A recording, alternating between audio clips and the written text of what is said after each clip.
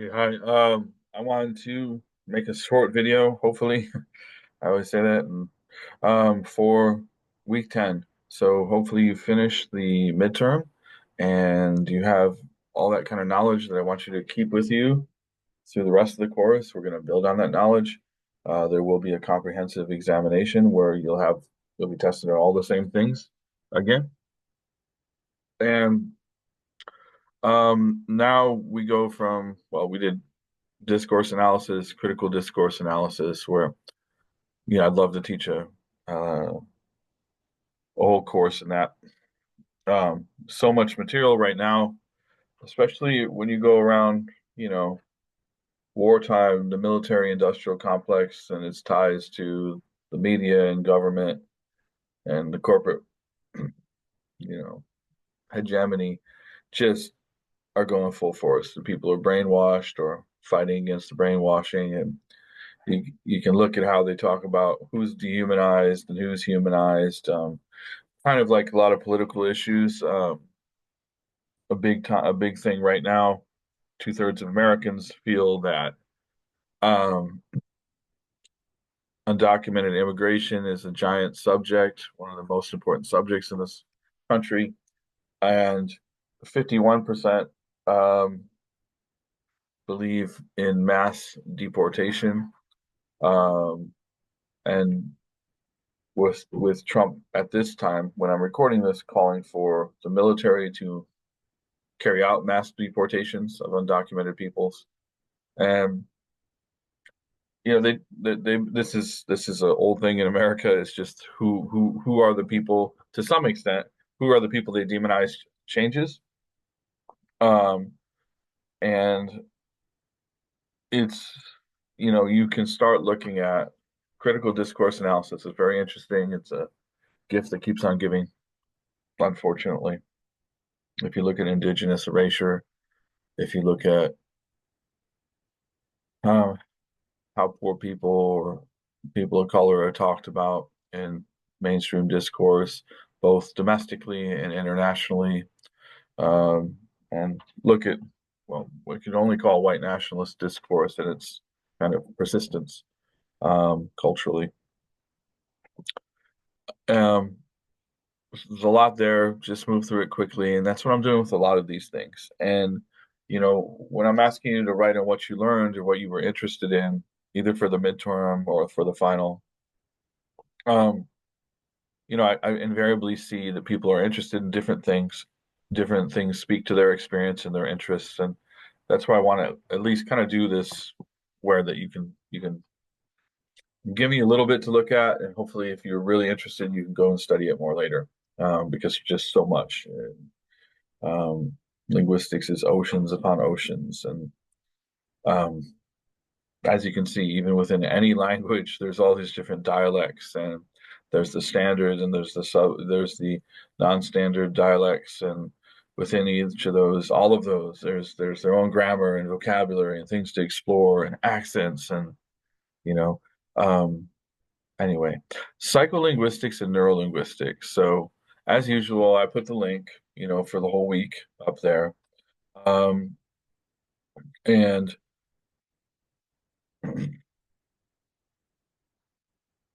you see that there is a lessening of assignments. It's kind of front loaded the class with a lot of stuff, especially things like phonetics and phonology and syntax that really are to do a proper you need a whole you know this is a survey course. You just go over things quickly. To do a proper do them they're due, you need really a whole course in each of those. um anyway, but you can learn a lot of it on your own. And so we have an introduction to language and the brain, psycholinguistics and neurolinguistics, some other videos about language and the brain.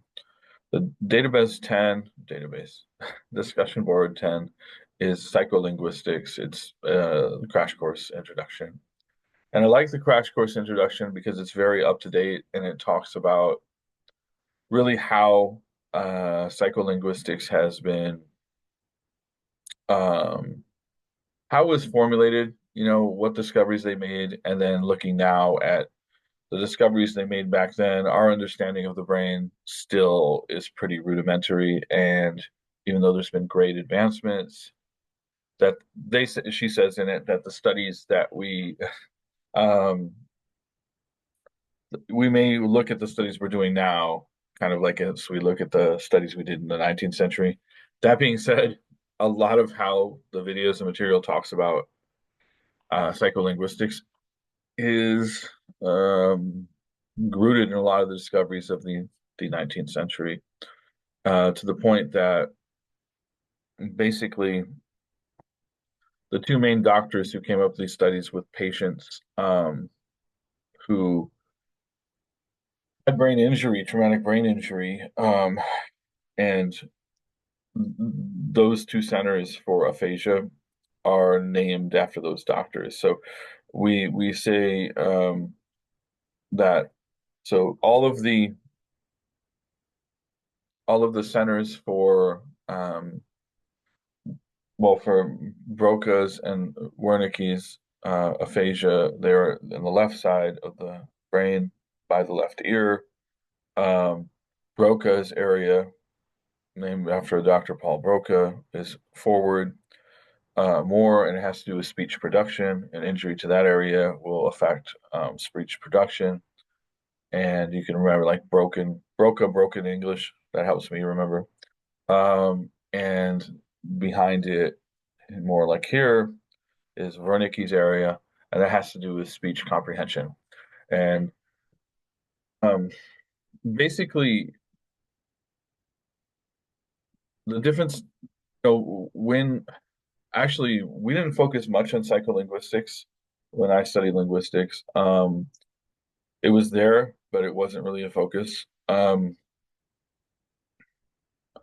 Psycholinguistics, the study of how people understand language, number of fields, this needs to be expanded quite a bit. They go over Skinner behaviorism, and that isn't really, there's cognitivists and behaviorists, and those, but the videos give a better overview, I think.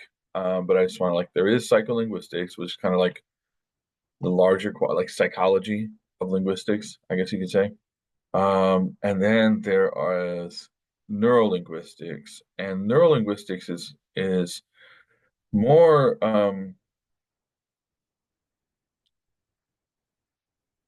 you know yeah, I mean, so they were one thing, and more now it's dealing a little bit more, well, it's just like the difference between psychology and neuroscience, where neuroscience is really looking to some extent more at just the anatomy and physiology of it, just like how the the the everything really works, and breaking it down, looking at the brain itself.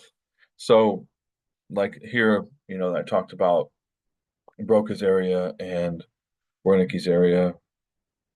Broca was kind of a scumbag. I mean, he was a eugenicist, like a lot of these people are, and have been back in their time. Um,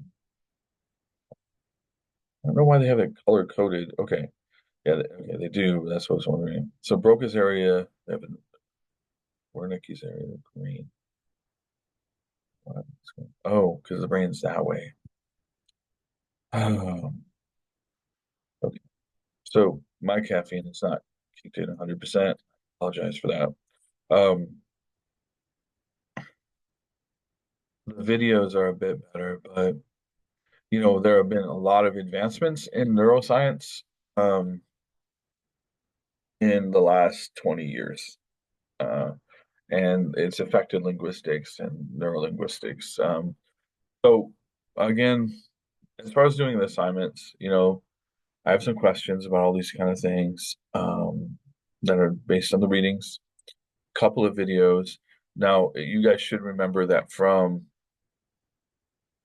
um, if you, any of these virtual linguistic campus ones are really good, I think. Um, and it gives you an introduction, right? And let me put this so I can unmove. share concerns. Um, these are always a good overview, and there's also usually with the virtual linguistics campus, there's more than one video, and sometimes they have a whole class on things. So This unit provides an overview of the field of psycholinguistics. First, we will define the hybrid term psycholinguistics and look at the main goals of the two disciplines. Then, we will examine the main branches of psycholinguistics in more detail. Here is how we will proceed. First of all, we will look at the central definitions of the two component parts of this hybrid term. Then we will look at the main branches of psycholinguistics and their goals. And finally, we will then concentrate on the main branches of the field. Let's look at some definitions first.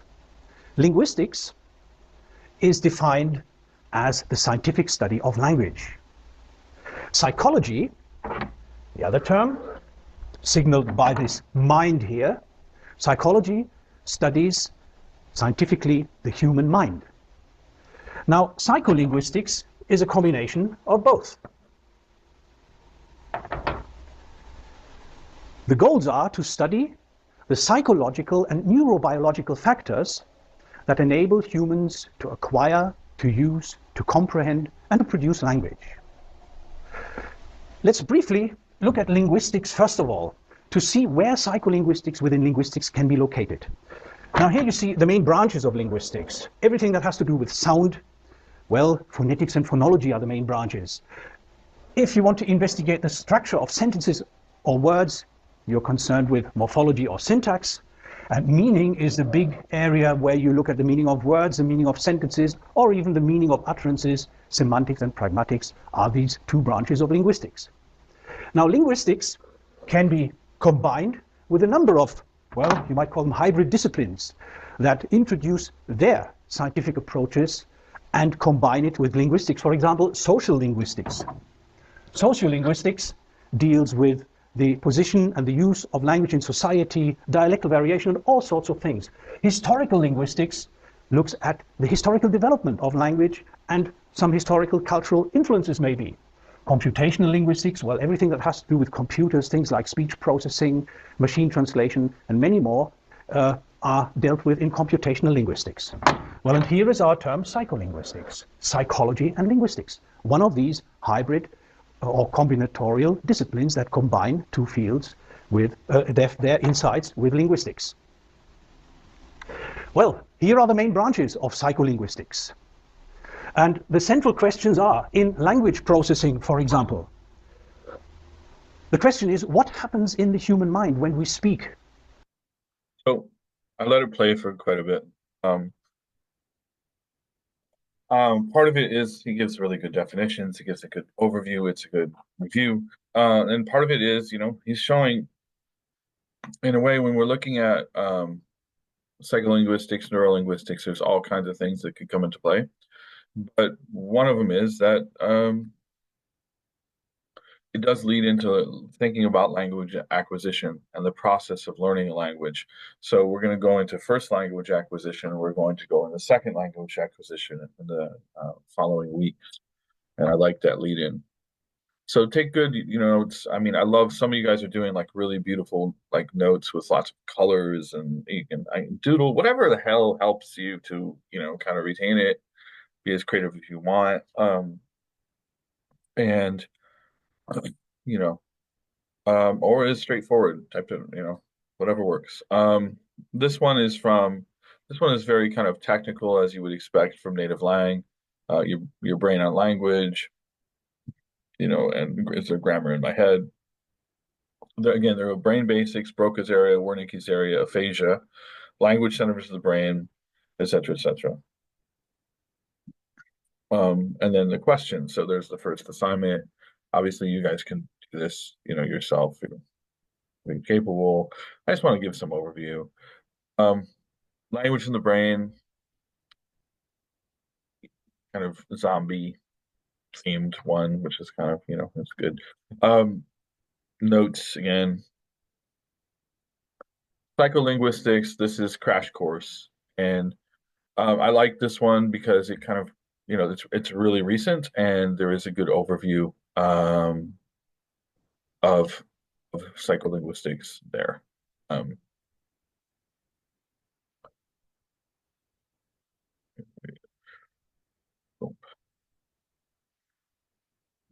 okay. Now, hopefully this is okay. So this is from Khan Academy, and it's talking about aphasia. Um, really good. You may perceive language as one big function the brain performs. Interestingly, though, it's divided into a lot of sub-functions. In this video, we'll discuss how your brain speaks and understands language and what happens when those functions are disrupted. So, um, language in the brain, aphasia, and split. So good. Aphasia, the disorder that makes you lose your words. Now, this is from a TED-Ed site. Well, the TED-Ed site I have below it. What got me into aviation maintenance is I love working on aircraft. Most of the aviation maintenance classes are actually based on actual experience. Okay. Um,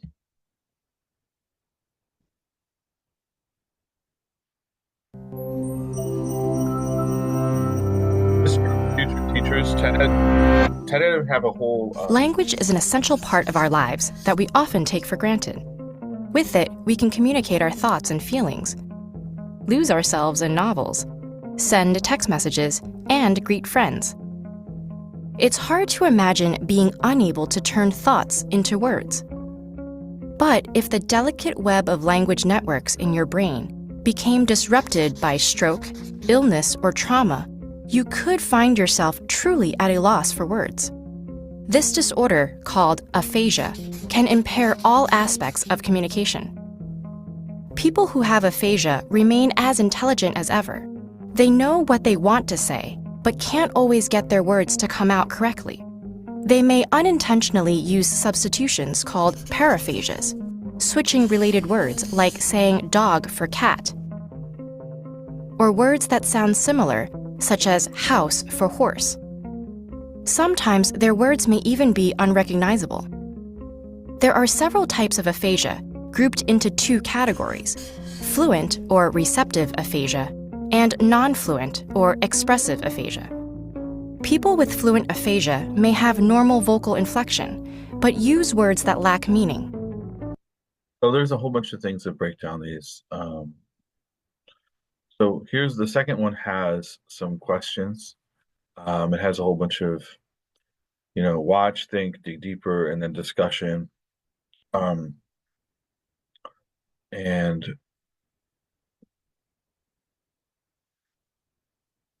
you can either take notes or answer those questions. I'm not gonna. I mean, there's multiple choice. I'd like you to do it, but here's the multiple choice. So there's the think. There's five of them. Aphasia affects what? Memory, intelligence, language, both A and B, both B and C. And then a paraphrasia, what is it? Severe difficulty comprehending language might result if there's damage to which of these? EPA's type of what? And two things I think that might encourage brain plasticity. This is really interesting. Like, and they talk about it in the crash courses, neuroplasticity, kind of rebuilding synapses, trying to heal the brain, stuff like that. And yeah, so those are the questions. That's where you find the questions. I mean, I only ask you to do the multiple choice, but if you're teaching, ed-eds can be really cool. Now, last thing, and I need you. I want to. I hope this is not too long. So this is on the final. The most important language areas for language function around the left ear. Damage to this area of the brain is related to extreme difficulty in producing spoken language. That is Broca's area, broken language, right? Even though I don't really believe in broken language, broken English, for example. I mean, because, well, it's okay. So I don't believe in it as far as second or third language, like calling it broken is it's kind of an insult. But when you're talking about people with aphasia, maybe it makes sense in the sense that their intelligence is there, but their ability to articulate things isn't necessarily. Damage to this area of the brain is related to speech comprehension difficulties, and that's Wernicke's area. And then we'll start going into input and other things having to do with language acquisition. But that's all I want to cover right now, as far as the week. And I will try to cut this short now because you don't need more work to do. Okay, thank you.